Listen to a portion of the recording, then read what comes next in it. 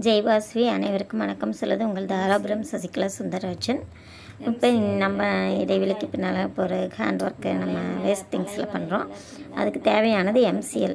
இந்த எம்சிஎல்லை வாங்கி நம்ம வேஸ்ட் வளையல் மேலே நம்ம இப்படி அப்ளை பண்ணிவிட்டு எம்சிஎல்ல என்ன பண்ணணும் அப்படின்னா, முதல்ல கையில் பவுடர் தேய்ச்சிட்டு அந்த 2 கிளே மாதிரி இருக்கும், பிளாக் ஒன்று ஒயிட் ஒன்று, அது ரெண்டையும் எடுத்து நல்லா அப்ளை பண்ணிக்கிட்டு நல்லா கலர் மாறும், சேஞ்ச் ஆகும். நல்லா சேஞ்ச் ஆனது நம்ம வேஸ்ட் திங்ஸ் மேலே அப்படியே ஒட்ட வச்சு அதுக்கு மேலே நான் இப்போ வளையல் மேலே ஒட்ட வச்சுருக்கேன். அதையே ஃபுல்லாக அப்ளை பண்ணிவிட்டு கீழே மேலே எல்லாமே அப்ளை பண்ணிவிட்டு இது மாதிரி ஸ்டோன்ஸ் இருந்தால் நம்ம அப்படியே இதையே ஒட்டலாம். ஸ்டோன்ஸ் ஒட்டிட்டு சைடில் 2 பக்கம் பீட்ஸ் வச்சுக்கலாம். இப்போ ஃபுல்லாக ஒட்ட பாருங்கள். இது மாதிரி திங்ஸ் நம்ம வாங்கி வச்சுக்கணும். கோல்டன் அது மாதிரி சாதா பீட்ஸ்லையும் கூட நம்ம வைக்கலாம். ஃபெவிகால் எல்லாம் நான் போடலை, அப்படியே டைரெக்டாக ஒட்டுங்க. இந்த இதையே நம்ம ரெகுலராகவும் போட்டுக்கலாம், தண்ணி பட்டாலும் ஒன்றாகாது, கீழே விழுகாது. இந்த எம்சிஎல் நல்லா மிக்ஸ் பண்ணிக்கணும். நல்லா கிளேவை நல்லா மிக்ஸ் பண்ணிட்டு தான் நம்ம செய்யணும். அது மிக்ஸ் பண்ணினா ஒரு 1/2 ஹவருக்குள்ளே செட் ஆயிரும், அப்படியே கெட்டியாக கல் மாதிரி ஆயிரும். அதனால் அதுக்குள்ளே நம்ம என்ன ஒட்ட வைக்கணுமோ அது மாதிரி பார்த்து திங்ஸில் இது பண்ணிவிட்டு நம்ம அதில் ஸ்டோன்ஸ் எல்லாம் ஒட்டிக்கணும். இப்போ நம்ம விட்டோம்னா ட்ரை ஆகி கல்லாயிரும், ஒன்றுமே பண்ண முடியாது.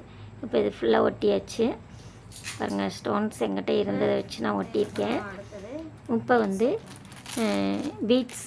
பீட்ஸ் சைடில் பார்டராக கொடுக்குறேன். பார்டராக அப்படியே வச்சு அப்படியே ஒட்ட வேண்டியதான். அதில் அப்படியே அமுத்தி விடணும். அப்படியே எம்சிஎல் இந்த வளையல் செய்கிறப்ப கொஞ்சம் வெயிட்டாக தான் இருக்கும்.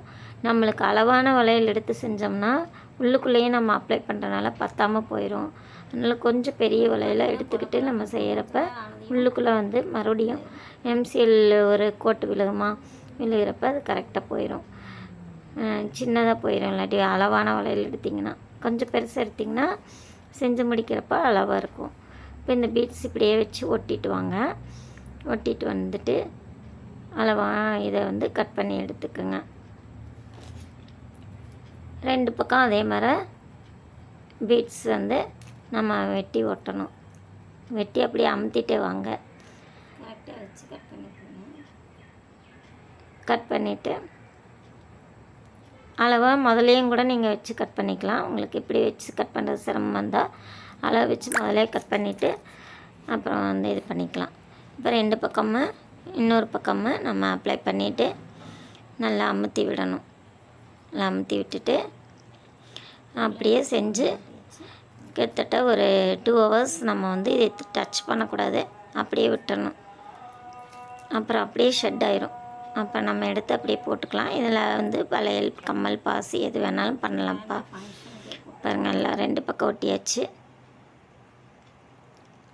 2 பக்கம் ஒட்டினதுக்கு பின்னால் நம்ம பார்த்தோம் அப்படின்னா